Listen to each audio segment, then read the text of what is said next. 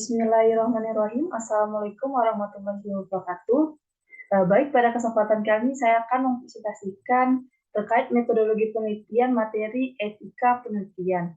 Baik, dengan dosen pengampu Bapak Dr. Wiwi Eka Putra, SC, MSc, CIKNR, CSRS, dengan saya sendiri, pemateri yaitu Puan Maharanti dengan C1C020082, akuntansi 2020 kelas R10.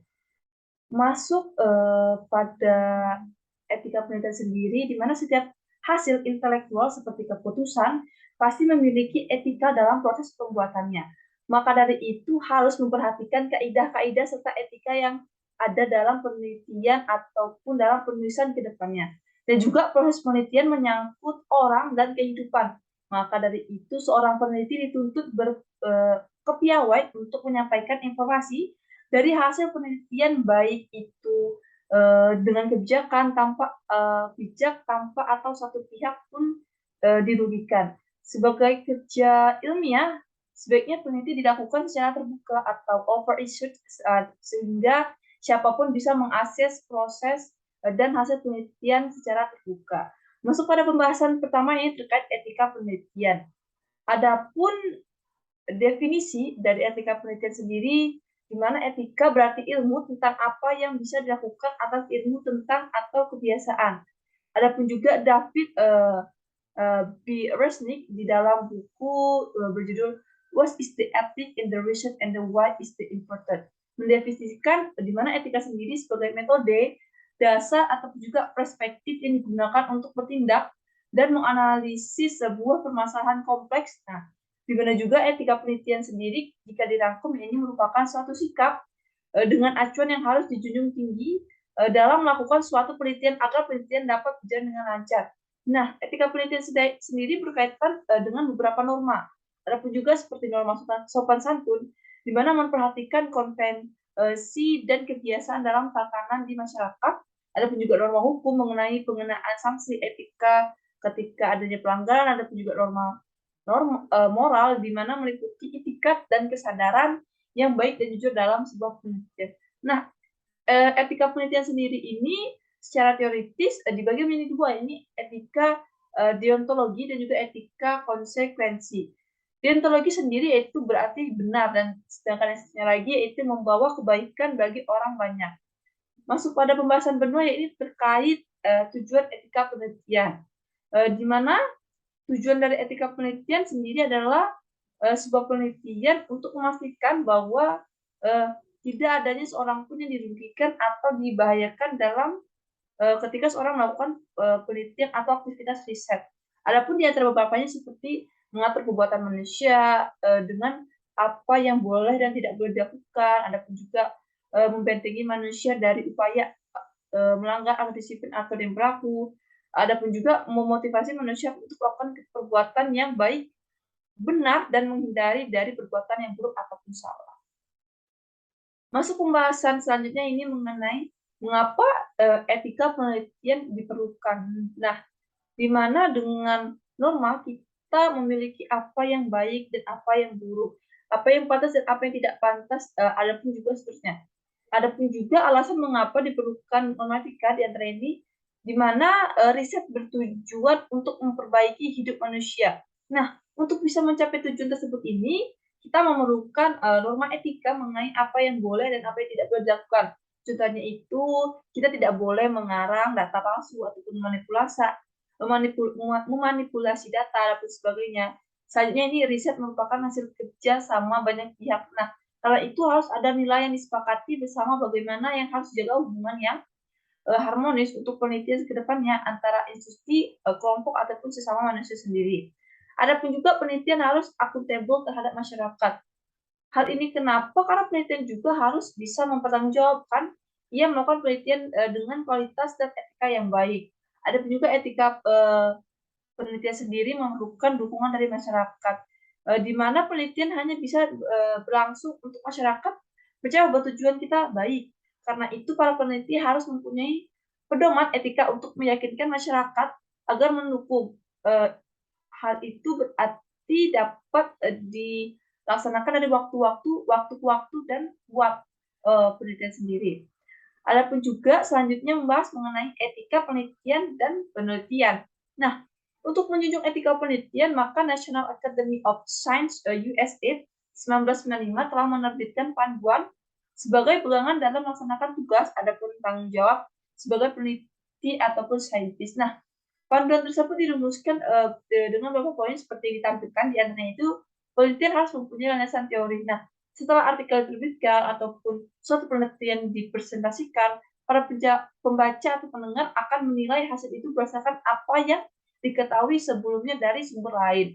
Ada juga menjadi seorang saintis dan peneliti harus bertanggung jawab dalam dan memahami nilai-nilai sains sendiri. Nah, keinginan untuk melakukan penelitian baik adalah nilai manusiawi. Demikian juga seharusnya bahwa kejujuran dan objektivitas yang baku harus tetap dipertahankan. Adapun juga menghindari diri dari keterlibatan kegiatan yang mempunyai konflik of interest atau bias kepentingan untuk mengurangi masuknya bias atau bisa ke dalam sains tersebut. Harus mendorong publikasi dan keterbukaan. Sains bukan hanya pengalaman pribadi, namun sains adalah pengetahuan yang dibagikan berdasarkan pemahaman bersama tentang aspek beberapa dari dunia yang kita teliti. Ada pun juga menjaga pemberian kredit yang adil dan seimbang, menjunjung tinggi praktik pengarangan, ada pun juga di mana hanya orang-orang yang betul-betul memberi sumbangan berarti yang pada dideskripsikan sebagai pengarang atau kita beri kredit. Adapun juga selanjutnya membahas mengenai prinsip etika penelitian.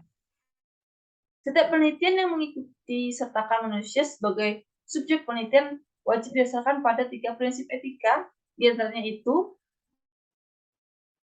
seperti respect for person atau others.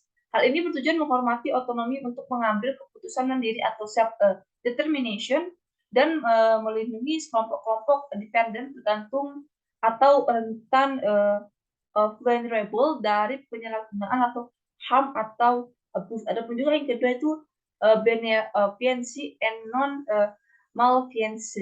Nah, prinsip di mana ini merupakan prinsip berbuat baik, memberikan manfaat yang maksimal dan resiko yang minimal. Ada juga prinsip etika keadilan atau justice.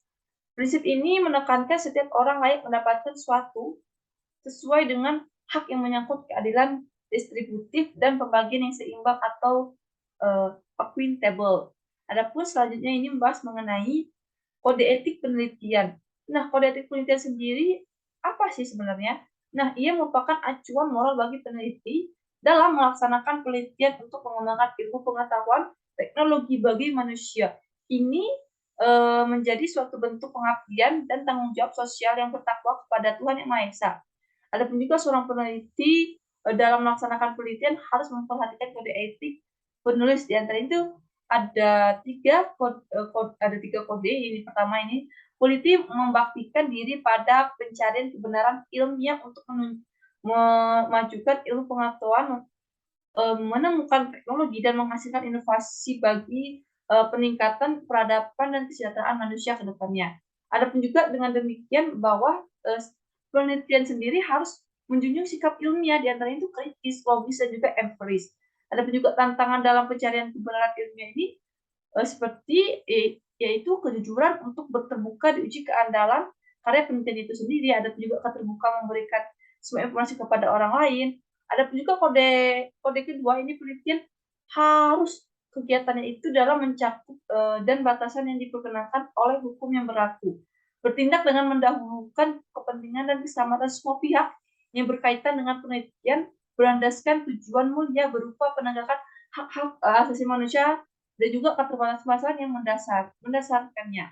Dengan demikian perlu dibuat aturan di antaranya itu penelitian bertanggung jawab untuk tidak menyimpang dari metodologi penelitian yang ada. Ada juga pelaksanaan penelitian mengikuti metode ilmiah yang kurang lebih baku dengan semua perangkat pembenaran metode yang kemudian hasil yang diperoleh. Adapun juga kode etik dari penelitian ketiga ini penelitian mengolah sumber daya keilmuan dengan penuh rasa tanggung jawab. Nah, terutama dengan pemanfaatannya dan mensyukuri nikmat anugerah tersedia atas sumber daya ilmu baginya. Dengan penelitian berbuat untuk melaksanakan penelitian dengan asas manfaat, di antara itu hemat dan efisien dalam penggunaan dana dan sumber daya, dan juga menjaga peralatan ilmiah dengan alat bantu lainnya itu menjaga jalannya, percobaan dari kecelakaan. Nah, ada pun juga, apa saja sih yang termasuk dalam lingkup etika penelitian? Seperti yang ditampilkan di mana para pakar etika, berpendapat bahwa etika penelitian mencakupi masalah di antaranya itu seperti kepengarangan atau, authorship ataupun plagiarisme, mitra bestari atau, eee, peer reviewer ataupun manajemen data, riset kepada manusia dan juga hewan, adapun, riset misconduct dan juga riset pada hewan seperti disebutkan tadi. Eee, itu merupakan adalah slide terakhir dari pembahasan etika penelitian. Terima kasih telah memperhatikan dan juga mengikuti presentasi terkait etika penelitian untuk mata kuliah metodologi penelitian. Saya ucapkan terima kasih, semoga apa yang disampaikan dapat menambah kepahaman dan ilmu kita semua dan juga berkah untuk kedepannya. Saya Puan Maharani, saya ucapkan, terima kasih. Wassalamualaikum warahmatullahi wabarakatuh.